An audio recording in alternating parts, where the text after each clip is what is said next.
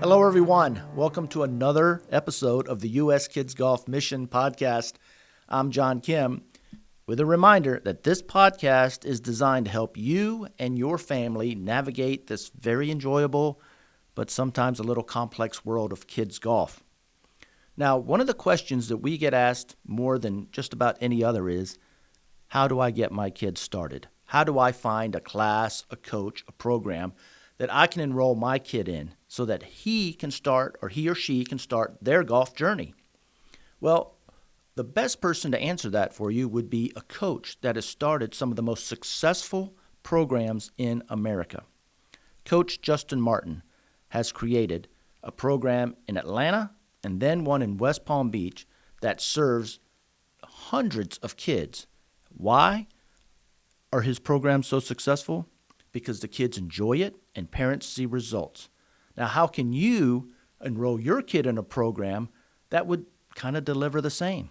Well, let's hear from Coach Justin himself. Okay, we're here with Justin Martin, my buddy. Justin, thank you so much for joining us on the Mission Podcast. You're welcome. Glad to be here. Justin, for those that may not know, and I've already kind of set you up, but tell us a little bit about yourself, how you got into golf, how you ended up where you are. Yeah. So I am oh gosh, I could go on about this forever. 40 years old. Been a PGA member for, it'll be 11 years in July. So got elected July 1 of 2015.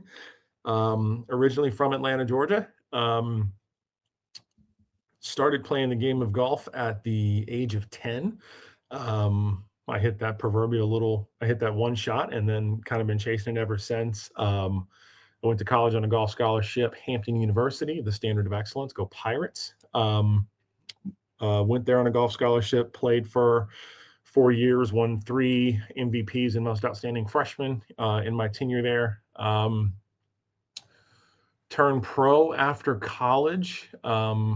Wanted to play, never had the money to do it because it is a really expensive endeavor. But got into the golf business from the club pro side, and I've been, again, the industry is the only profession I've ever known. So I've been in the golf business since 2010. So we've been in this thing for a while. So it's been good. I currently serve as director of coaching at the park in West Palm Beach. It's a little public redo that a lot of people have heard of, and it's been a pleasure and a labor of love to be a part of this project down here. Before we get to that, and that's what the main topic of discussion is your coaching Yeah. advice, your coaching philosophy. I want to get Yeah. back to your playing because I did not know this, and I've known you a long time, but I did not know this. You're a stick. Like I have, in my time, I have played some very good golf. I have been fortunate enough to qualify for 3 PGA professional national championships. I spent time with the PGA of America. I know that's a big deal. Like a lot of really good players aspire to that event, can't get there, and you've done 3 of them. Yeah, I was fortunate to qualify in back-to-back years in 2016 and 2017, and played in the 2017 and 2018 versions. I also qualified in 2019, but unfortunately, the 2020 version was canceled due to the COVID pandemic. So I didn't get a chance to play 3, but I have qualified for 3. I am also fortunate enough I won the 2018 Georgia PGA Match Play Championship as well as a club pro. I hear there's some pretty good players in Georgia amongst the PGA section. So that was a really, really cool experience. Really honored to win that one. Honored to have my name on that plaque. And it for me as a coach, it gives me just a little bit more credibility when I can go show my kids or any of my other students that, hey. I was going to say that there's definitely some affirmation to what you're saying when it comes to player development. Yeah. To me, and I do apologize as your friend for not knowing this part about you, because to me, you've always been Coach Justin. Yeah. You've always been one of the coaches that not only organizationally, but just industry-wise, we point to and say, hey, check out what that guy's doing. He's doing some really good stuff. You have led 2 teams in two Yep. different locations into becoming wildly successful. Two of the Hmm. largest programs that I'm Hmm. aware of for Hmm. kids golf in America. Yeah. How? How did you do that? What are the keys to building a program like that? So there's a couple of things. One, I think you as a coach, you have to believe in it. And for me, I have perspective of understanding what junior golf was able to do for me as a kid and in my life. I am a proud alumnus of the First Tee Atlanta. So I'm a First Tee kid. So I am a living, breathing, walking example of what junior golf can do for a person and how it can affect the path of their life. So I do think that you should, if you want to do it right, I think you should at some point try to pay it forward and make a path for the next generation. So our first program, I was hired on to help. My first program that I helped build was at Bobby Jones. So Jason, the director of instruction there, myself, and the team that we had at Bobby Jones, we set about to build that program in partnership with you guys at US Kids. And the big thing that I wanted and I helped convey to Jason was that the kids have to have fun and they have to enjoy the process of learning and growing. And what I don't think youth sports as a very general rule now allows for that runway for kids to develop and kids to have fun. So again, for us, it was all about trying to make it fun, make it interactive, make it explorative to allow kids to have that opportunity to see if they like it. Oftentimes, parents try to make the decisions for their kids and make the kid like a game, and that just isn't how it should be, and it's not how it lasts long term. So I was fortunate enough to um, apply for and be named the director of coaching down here at the park. And one of the tasks that the trust down here had was help get the junior programs off the ground and go from there. So my first hire was U.S. Kids Master Coach, now Master Kids Coach, Coach Bridget, and her and I together, again with her doing the lion's share of the execution of it. In my role now, I'm more of a vision setter, but in tandem because we both believe heavily in the junior instruction space. You have to have a commitment to juniors. You have to understand the value that a junior golf program can bring to a facility and the revenue that a proper junior golf program can bring into a facility and the retention that comes with that. And I think a lot of facilities kind of shy away from juniors because they see it as a little bit of an inconvenience. They see it as a lot of hand holding, but they don't really understand the total benefits that an entire facility can have. The facilities that have done a lot with junior programs and really large PGA junior leagues, well, they see that, they buy into it, and they can understand it. But there are a lot of facilities that either don't have the staff in place, they don't have the vision, or they just flat out don't want to. And like that's kind of a part of it. I've seen that, not too often. I'm Yeah, fortunate, but it's not that I've traveled around and looked for it. But yeah, where I have seen, like for example, I was fortunate enough to visit you guys at the park, West yeah. Palm.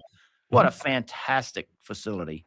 Thank But you. what really stood out to me, uh, and the golf course is tremendous. Like I recommend it to everyone, and the facilities are great. But what I really loved about it, and I think what you were just talking about speaks to that, was the energy there. Hmm. Hmm. There is a it is palatable.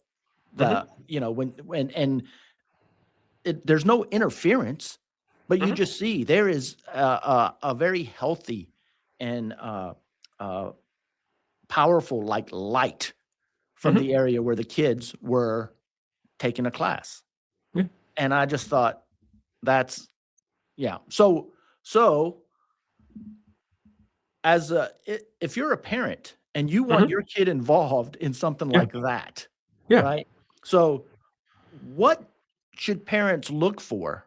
Like, let's talk about 3 things that parents need to look for when they're getting ready to sign a kid up. What's the Uh, first thing that you would tell a parent to do? I think so. Three things. I'll speak to them in order. It's organization, commitment, and consistency. If you have a facility that is organized enough to have programs at set times, okay? Our PGA Junior League, for example, the practices are Mondays, Tuesdays, and Wednesdays from 5:30 to 6:30. Our matches are Sundays at 3 o'clock. That's the schedule. You can plan it, you can rely on it, you can trust it. Our Saturday junior programs are 9 a.m. and 11 a.m. You can plan on it, you can trust it. It's on the schedule. You can pre-register well out in advance. It's offered on a drop-in basis. You can plan it, you can schedule it. The commitment piece of it is that we offer junior programs all year long. Our Saturday program, we'll take off for holidays. We'll take off for holidays. We'll take off for Easter weekend, Mother's Day weekend, stuff like that, right? Where families oftentimes are spending time, you're traveling, you're doing a lot of different things. We step aside and honor those times. It also offers an opportunity for us to give our coaches a break, but we do it all year round. PGA Junior League for 2026, we're going to have 4 seasons.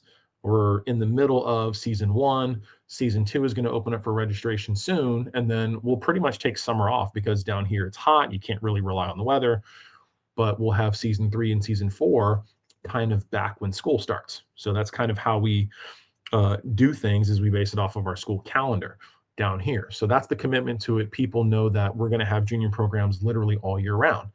And the consistency piece of it, and this is critically important, is that you have to have either a person or a team that is going to do this program over and over and over. We are blessed down here at the park. We have Coach Bridget. She is our junior golf leader. So she oversees and executes pretty much all things junior golf. So parents know junior golf, you go to Coach Bridget. They know I'm available. All the parents know me, and they know that they can come ask me questions if need be. And I have Bridget's back to handle anything that she might bring to me as well. But all of the parents know that Coach Bridget is the point person for anything junior golf. We have trained And them she's as such. fantastic. She is fantastic, She's by the way. phenomenal. She's absolutely phenomenal. Yeah. And we have the parents trained essentially so that anything juniors, they go to Coach Bridget. If anybody inquires about our program to me as the director, I immediately send them to Coach Bridget, and then they start to know, okay, this is the person I need to go have answers to. So even on a smaller scale, if you're at a small private club or a small public facility, if you have, it might not be the top teaching professional, it might be an assistant professional, where that person can be there and oversee the entire thing. So that consistency in program delivery, administration, like that is all there. I love that. And that's why your programs have excelled, those 3 pillars. What about things like, as a parent, should Mhm. I be asking about things like, how to prepare my kid, to make sure that they're ready? Like, I can a don't parent I just don't show a kid up, or do they have to have their own clubs? Do they have to have gloves, the proper shoes? Yeah, That's a no. barrier of entry for a lot of parents because they don't know and they get scared. Yeah, it is. It is. We get that question a lot. It's like, hey, I'm exposing my kids to golf. Like, I want them to learn golf, but I don't know anything. Um, we have golf. Us as a facility, and again, we did this at Bobby Jones, and we do this here at the park, is that we have golf clubs available for the kids to use in order to be able to ensure that they are properly fit. We use US Kids Golf Clubs in all of our programming. We think it's the best. It works out great, height wise, weight wise, all of the things that we love about US Kids Golf. But we have enough clubs here for kids to use to try to learn the right way. And so another thing is that we tell all of our parents, allow the kids to dress up as kids. They don't have to have a collar shirt on. They don't have to have golf shoes. They don't have to have anything. Bring themselves, bring a water bottle, bring sunscreen. That's all they need. If they have their own golf clubs, great. We can order golf clubs for you. Great. We can make that happen. But in their exploratory stages, as they're coming in, especially for our Saturday clinic program, they don't have to have golf clubs. They don't have to have golf clubs actually if they take private lessons on a infrequent basis. But a policy implemented for us in 2026 is that if you do want to take golf a little bit more seriously and have a recurring private lesson on our books, you have to have your own set of clubs. That So, and that makes sense. If you're serious enough to want correct, private lessons, I would think you'd want clubs that are correct, best fit for you, et cetera. correct. Um, what about things like, what's an optimal size of class, right? Like, as a parent, Yeah, yeah. I don't wanna Our sign up how many? Yeah, our ratio is at max 8 to 1, and we keep at max 8 to 1. We keep it at 8 to 1. It creates a better product. Kids get more attention. It's easier to keep the kids safe, and if we go well past that, we bring in another coach. What So what about age too? Like, yeah, it wouldn't be fun for, say, a 6-year-old to come to a class correct. and it's nothing but 11-year-olds, right? Correct. Correct. So we down here we have our toddlers program, our Pee Wee program. It's called Birdie Basics. So that's ages 3 to 5. Full stop. 3 to 5. You can't start them at 2.5. You can't start them at 2 and 3/4. They have to be 3. Um, and then our Saturday program is ages 5 to 8. Okay. So that's kind of where we lump everything together, and we go from there. Our summer camp program is ages 7 to 13 to try to capture a little bit of a wider audience. But even in summer camp at that wider age bracket, we keep the 7 and 8-year-olds. Once we break off into groups, we kind of keep the 7 or 8-year-olds with the 7 and 8-year-olds, and the older kids with the older kids, really just trying to do the best that we can to keep like with like. It creates a better learning environment. It's more relatable for the kids, and they don't have as much of an intimidation factor. Justin, thank you for all of this. I wanna touch on one other item here before, we let you get back to real work. Yep. Let's talk just directly to the parents Yeah. about the expectations for them. From a very successful coach's perspective, Mhm. what's the proper protocol or expectation of the parent once they bring their kid to class? So, parents, remember this: your dream for your kids cannot be bigger than the kids' dreams for themselves. Let me say that again. Your dream for your kid cannot be bigger than the kids' dreams for themselves. Your job as a parent is to expose and create an opportunity for exploration. It is not your job to make them love it. The kid will determine through exposure and proper programming if they love it or not. If they don't love it, that's fine.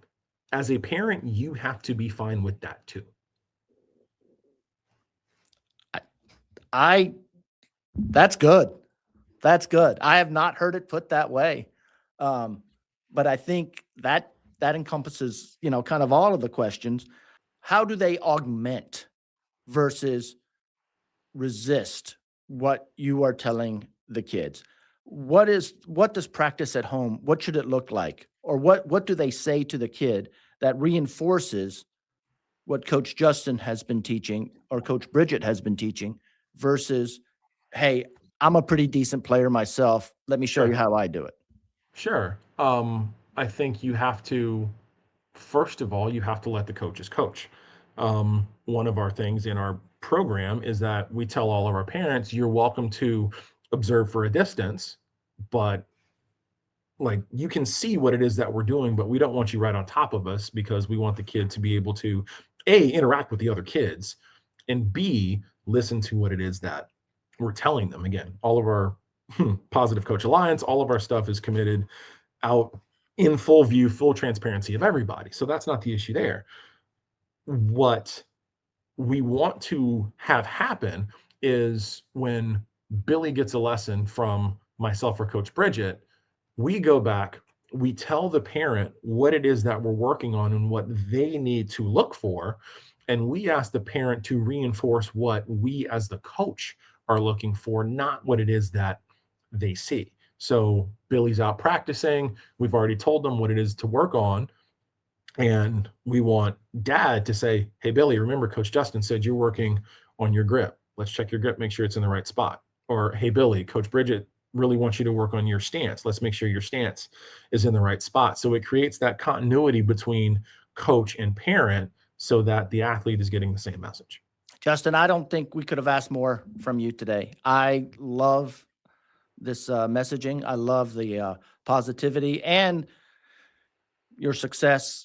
The programs that you've been a part of speak Thank you. for themselves. So fantastic. Congratulations. Keep it Thank you. up. Thank We you. organizationally and industry wide need programs like yours to just continue rocking it. To everybody down there at the Park West Palm and Coach Bridget and my buddy Brian and everyone, you guys are doing fantastic work. So Thank you. keep it up. Thank you for joining us. I don't think you're off the No problem. hook. I think we'll probably have you back on because this is really important information that you're sharing. Glad to.